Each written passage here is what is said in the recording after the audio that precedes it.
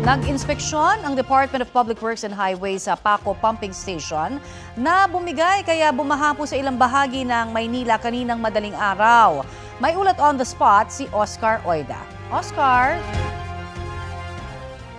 Raw ang pagbaha sa mga low-lying areas sa 36 na barangay na sineserbisyohan ng Paco Pumping Station tuwing high tide. Mangyari itong linggo ng gabi, bumigay ang floodgate sa lugar na humaharang sana sa tubig na nanggagaling sa Ilog Pasig. Kaya kahit gumagana ang mga pumping station, tila wa-effect ito.